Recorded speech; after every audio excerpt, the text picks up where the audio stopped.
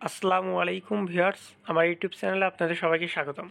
আজকে আমরা মাস্টার্স শেষ বর্ষ ভর্তির নিয়মিত ভর্তি বিজ্ঞপ্তির কারণে একটি অঙ্গীকারনামা লাগে।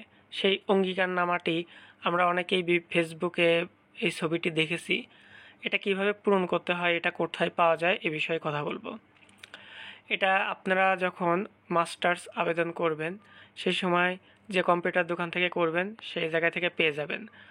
আমি এটা বলে নেই, এই জায়গায় যে কথাটি লেখা আছে আমি পুরোটা পড়ে শোনালাম না। এখানে লেখা আছে যে আপনি জাতীয় বিশ্ববিদ্যালয়ের অধীনে কোনো কোর্সে ভর্তি আছেন কিনা। যদি কোনো কোর্সে ভর্তি আপনি কোনো কোর্সে ভর্তি নেই, এই জন্যই ওই অঙ্গীকারনামাটা আপনি লিখবেন।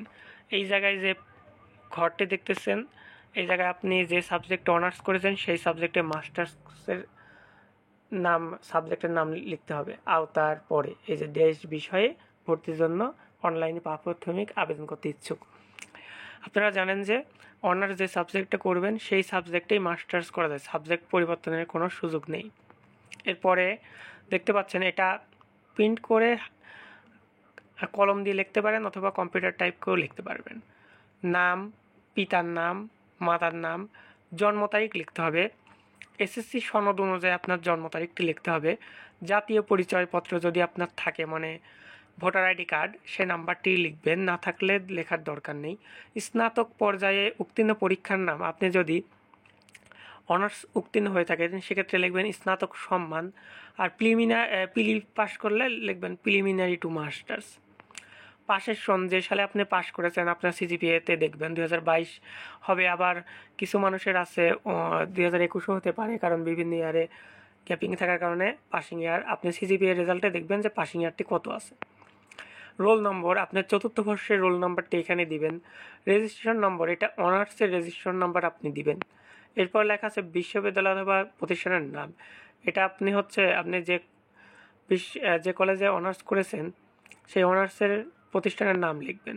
প্রাপ্ত নম্বর সিজিপিএটা আপনি এখানে উল্লেখ করে দেবেন এবং মোট স্কেল 4.00 জানেন এটা।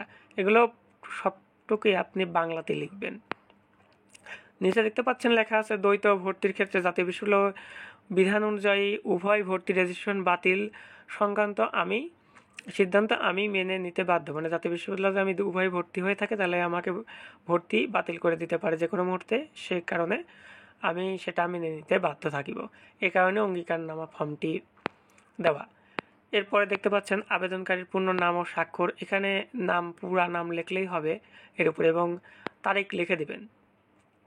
এখানে লেখা আছে অঙ্গীকারনামা কপি অবশ্যই সংশ্লিষ্ট শিক্ষা প্রতিষ্ঠানে জমা দিতে হবে এবং প্রাথমিক আবেদন ফর্মে স্ক্যান করে পাঠাতে হবে।